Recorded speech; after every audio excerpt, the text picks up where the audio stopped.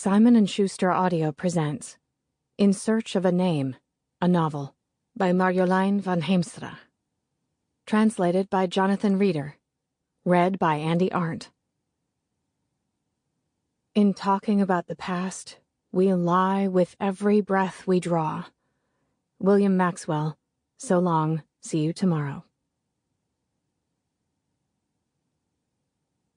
If I hadn't turned 18 12 years after a distant uncle in his bungalow in Spain sensed his end was near, if he hadn't been childless and on his deathbed nostalgic for what might have been, if he hadn't therefore sent his ring, his only piece of jewelry, to my grandmother with the instructions to bequeath it to a future family namesake, if my grandmother hadn't forgotten to buy me a present for my 18th birthday, and if I hadn't dropped in on her that day, if she hadn't anxiously glanced around the room for something that even vaguely resembled a present, if her eye had not fallen upon the small black leather box with the ring that had been waiting for 12 years for the right finger, if I hadn't saddled myself with a promise that meant my first pregnancy would be completely dominated by a bomb attack on December 5th, 1946, then this story would have remained the tenuous, slippery myth it had been for some 70 years.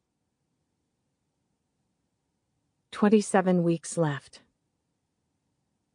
We'll name him Franz, I say. Franz Julius Johann. I'm startled by the volume of my voice. I'm standing right next to you, Dee laughs. You don't have to shout. He opens the passenger door. Need a hand? I'm pregnant, not handicapped. Grinning, he walks around to the driver's side. Before getting in, he raps twice on the roof of the car. Superstition. Dee thinks that with too much happiness, you have to ward off mishaps. I try to feel relieved. The uncertain weeks have passed. A heart is beating. A child is growing. But alongside the relief, a fear nestles in my chest, the fear that has been skulking around in my body ever since that blue plus sign appeared on the pregnancy test. It is a menacing void that seems to grow along with the baby, big and blank and white, like the map of Antarctica a friend gave me last year for my birthday. A vast patch with the name of the continent at the upper left, the scale on the lower right, and otherwise nothing. No roads, no lakes, no villages. The friend thought he had found the coolest map ever, but it gave me goosebumps.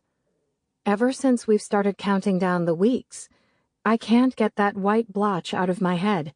That Sample complete. Ready to continue?